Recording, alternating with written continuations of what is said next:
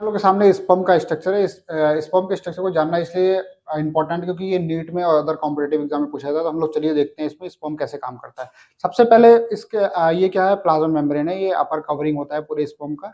इसके बाद क्या है, ये एक्रोसोम है, ये टिप का पार्ट होता है। फिर ये अंदर न्यूक्लियस है, क्योंकि न्यूक्लियस प्रेजेंट इसलिए होता है क्योंकि ये लिविंग है। अगर जिसमें भी न्यूक्लियस नहीं प्रेजेंट होगा वो नॉन लिविंग कहलाएगा, ठीक है।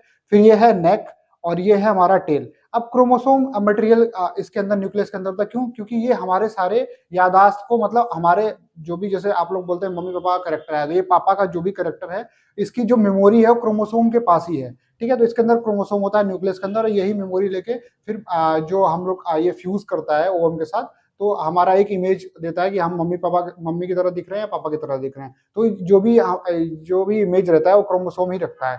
फिर ये नेक है, ये टेल पार्ट है, ये हेड है, ये मिडिल पीस है। इसके अंदर क्या होता है, माइटोकॉन्ड्रिया होता है, क्योंकि नेक के पास जो भी इसका स्ट्रक्चर है उसमें माइटोकॉन्ड्रिया होता है। माइटोकॉन्ड्रिया आप जानते हैं कि power house of the cell है।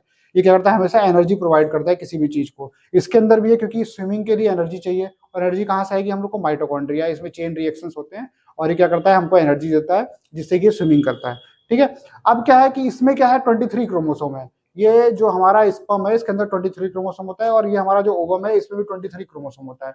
अब क्या होता है, जो भी स्पर्म, बहुत सारे स्पर्म एक बार में जाते हैं और जोना पेलोसिटा के पास, लेकिन क्या है, जो भी स्ट्रॉन्गेस्ट स्पर्म है वही क्या करता है, यहाँ पे फर्टिलाइजेशन कर पाता है।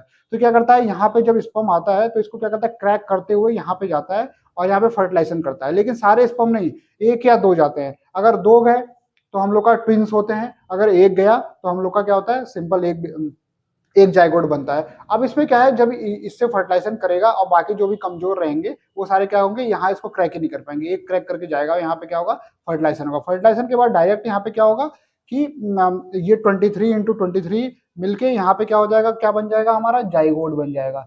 अब जाइगोट बनने के बाद क्या होगा, हमारा डेवलपमेंट स्टार्ट होगा, न्यू बॉर्न बेबी का डेवलपमेंट, हार्मोनल चेंजेस हो जाएंगे पूरे बॉडी में। और उसके बाद जो भी वुमेन होगी, और उसके बाद क्या होगा, यहाँ पे हार्मोनल चेंजेस के बाद बेबी का डेवलपमेंट शुरू हो जाएगा, प्लेसेंटा से न्यूट्रिशन मिलेगा, और उसके बाद न्यू बेबी हमारा 9th मंथ के गेस्टेशन पीरियड के बाद हो जाएगा। तो ये सारा प्रोसेस जो है वो जानना जरूरी है। कैसे नेमिंग करते हैं ये भी नीट में बहुत बार पूछा है। तो ये सारी चीज़ों को जानिए और एक बार आप लोग खुद से रिविजन करिए।